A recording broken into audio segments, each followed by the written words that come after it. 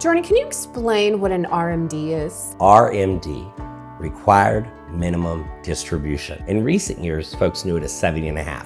But when you turn 73 years old and have an individual retirement account that's traditional, you have to take what the IRS calls an RMD, Required Minimum Distribution.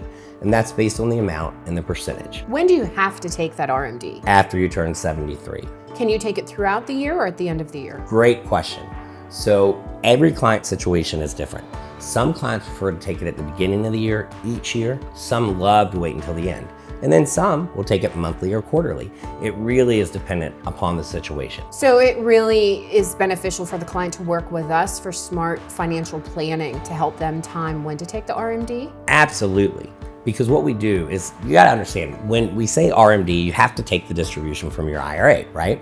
Like we always do for folks. However, it's more than just saying, here's the amount and we have to take that money. Because what's important to understand is each individual client's needs and how they spend their money and what their goals are.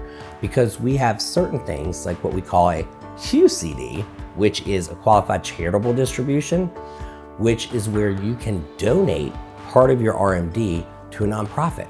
So I'll give you an example. For clients that give X amount of money every Sunday to their church or every month, and then they donate X amount to the firehouse and to the rescue squad and the SPCA, to the FFA, whatever their nonprofit may be, and they know that they get X amount each year in whole, we compare that number to the RMD amount and then see where the opportunity is that we can still make those donations while helping them meet their RMD amount, which can have a couple different effects. One that I really like is that it can help keep you from raising up to another tax bracket. That was my next question. Does it mean and bump up in income for the individual? Absolutely, and I'm so glad you pointed it out in that light, because you have to understand when you take that distribution that it's taxed as ordinary income. So rather not you want to take the distribution, you have to, right? And that adds to your ordinary income. So that's why we look at timing. Do we take it at the beginning of the year, end of the year, monthly? How does that affect the opportunity that we have to potentially do qualified charitable distributions? And what is your need? Do you need it or not?